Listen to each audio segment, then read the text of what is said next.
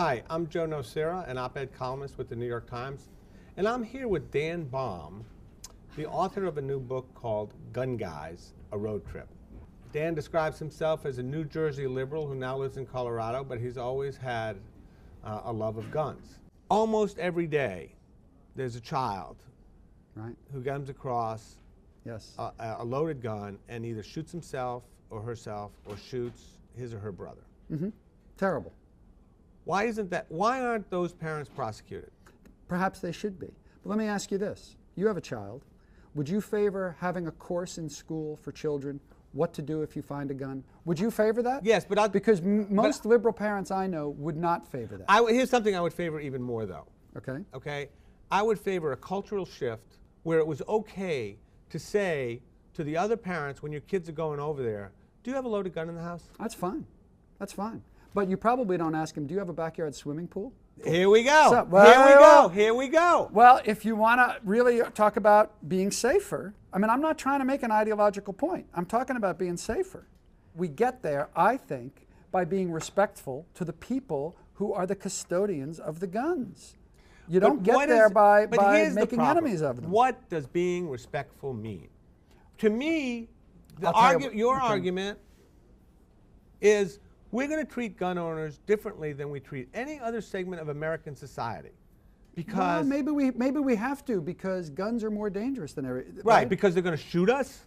No, I mean, come on. No, because we need them, we need to raise their level of responsibility, right? Well, and maybe we do that forcing them, but we don't do that by vilifying them, by belittling them, by treating them like children.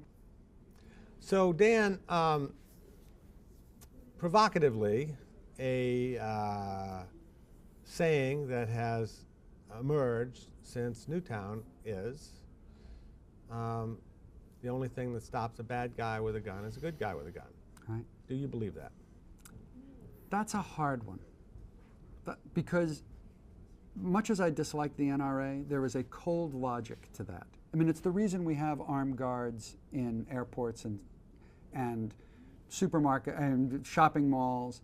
I mean, and we're hoping, when you see an armed guard someplace, what we are hoping is, if somebody pulls out a gun and does something bad, we're hoping there'll be a gunfight here. But that's not really what they're talking about. They're more talking about if somebody gets up to shoot, to try and do a mass shooting in a school or in a movie theater, somebody in the movie theater will have a gun and take it out and shoot them, which seems crazy to me. I know, it seems crazy to a lot of people, and that it seems crazy to you seems crazy to me, because I can't imagine anything worse than one guy with a gun bent on mass murder in a room full of unarmed people. Okay. Anything is better than that. Here's what I think. When I play out that sequence, you know, what I see is examples in New York City. In fact, there was one not that long ago where the police, you know, shot 3 bystanders while trying to get the bad guy. Right.